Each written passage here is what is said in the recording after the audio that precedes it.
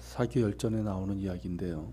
옛날 중국의 위나라 왕 영공은 남색에 빠진 자로 자신을 시중두는 여러 미소년을 두고 있었고, 그 중에 미자라는 소년이 단연 최고의 총애를 받았습니다. 어느 날 어머니가 병에 걸려서 위독하다는 소식을 들은 미자는 왕의 허락도 없이 왕의 수레를 몰래 타고 궁궐에 나가 어머니를 문병을 했습니다. 신하들은 법에 따라 미자의 발꿈치를 베는 형벌을 가해야 한다고 주장했지만 왕은 오히려 효자라고 칭찬을 했습니다. 또 한 번은 왕을 수행하고 과수원에 갔다가 미자는 복숭아를 한 입 베어 먹고는 너무 맛이 있어서 자신이 먹던 복숭아를 왕에게 건넸습니다. 이를 본 신하들은 목소리를 높여서 불경죄로 다스리라고 했지만 왕은 이 또한 나를 생각하는 정이 깊은 탓에 맛있는 것을 혼자 먹지 않고 내게 준 것이라면서 오히려 미자를 칭찬했습니다. 그러나 세월이 흘러 미자의 아름다움이 시들자 왕의 총애도 멀어졌습니다. 급기야 미자가 사소한 실수를 저지르자 왕은 크게 노하여 이놈이 내 허락도 없이 왕의 수레를 탔으니 발을 자를 것이며 내게 먹다 남은 복숭아를 주어 나를 능멸했으니 엄멸하라, 그렇게 소리쳤습니다. 여기서 유래한 고사성어가 여도지대, 쥐죄라고 합니다. 여도쥐죄, 남은 복숭아를 준 죄라는 뜻인데, 이것은 같은 행동이라도 사랑을 받을 때와 미움을 받을 때가 각기 다르게 받아들여질 수 있다는 것을 비유할 때 쓰는 말입니다. 그러니까 미자의 행동이 달라진 것이 아니라 왕의 마음이 변했기 때문에 전에는 칭찬을 받았던 일이 후에는 죄를 받게 된 것이죠.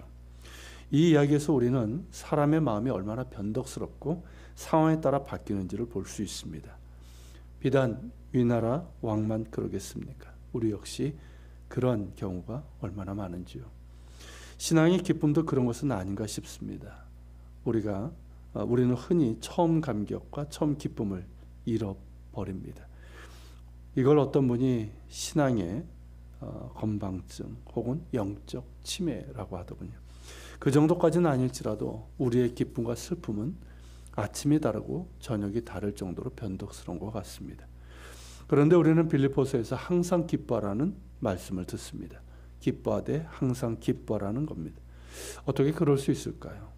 그리고 항상 기뻐하라고 말할 수 있는 사람은 또 어떤 사람일까요? 도대체 얼마나 좋으면 항상 기뻐하라고 말하는 걸까요? 항상 기뻐하라고 말하는 바울은 정작 감옥에 갇혀 있었습니다. 금방 보석으로 풀려날 것을 뻔히 아는 어느 재벌 회장님 정도라면 감옥에 갇혀 있을지라도 회심의 미소를 지을 수 있겠지만, 바울은 추위와 고문의 후유증으로 고통스러워하며 죽음을 예감하고 있었습니다.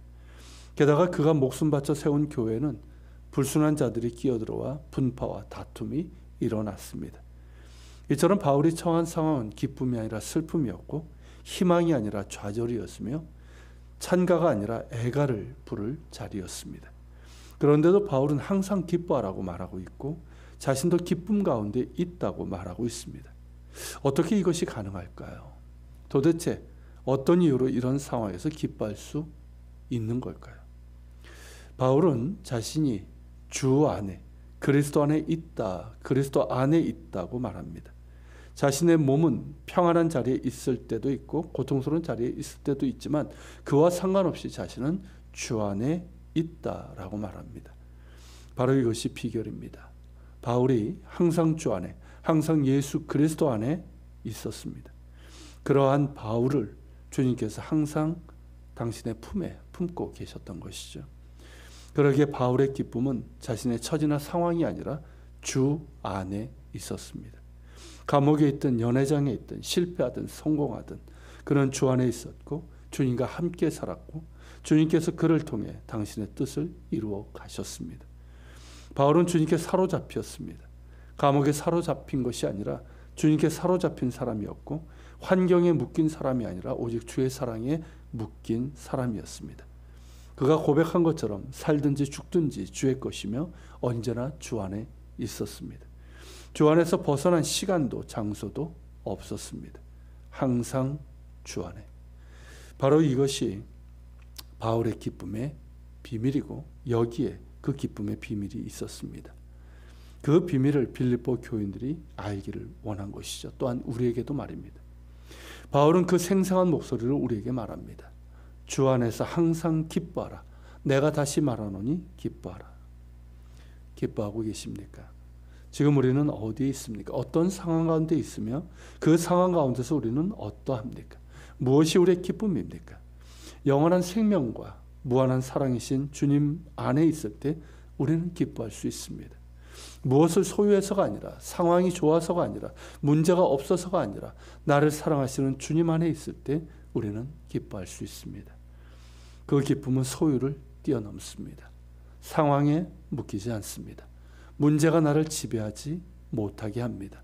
오직 주님께만 속해 있고 주의 사랑에 묶여 있기에 기뻐할 수 있는 기쁨입니다. 주님께서 그 사랑의 손으로 나를 붙잡고 계심을 알기에 기뻐할 수 있는 것이죠. 주 안에 있을 때 우리는 안전할 수 있고 자유할 수 있고 담대할 수 있으며 기뻐할 수 있습니다.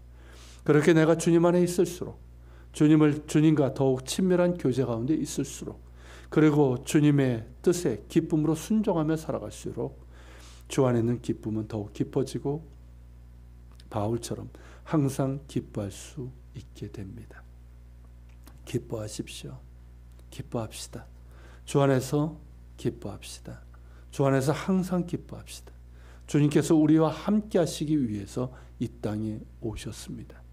주님을 기다리는 이 성탄의 절기에 우리는 오롯이 주 안에 있습니다. 같이 기도합시다. 주님, 죄와 슬픔이 가득한 세상에 살면서 주님을 기다립니다. 그러나 기뻐하게 하옵소서. 우리가 어디 있든지 무엇을 하든지 주님 안에 있게 하옵소서. 우리가 성공하든 실패하든 살든 죽든 다만 주 안에 있게 하옵소서. 더욱 주님 안에 있게 하시고 주님과 함께 살게 하시고 주님의 뜻에 기쁨으로 순종하며 살아가는 가운데 주님 안에 있는 기쁨을 언제나 누리게 하여 주옵소서. 우리의 영원한 기쁨이 되시는 예수님의 이름으로 기도합니다. 아멘. 계속 기도하겠습니다.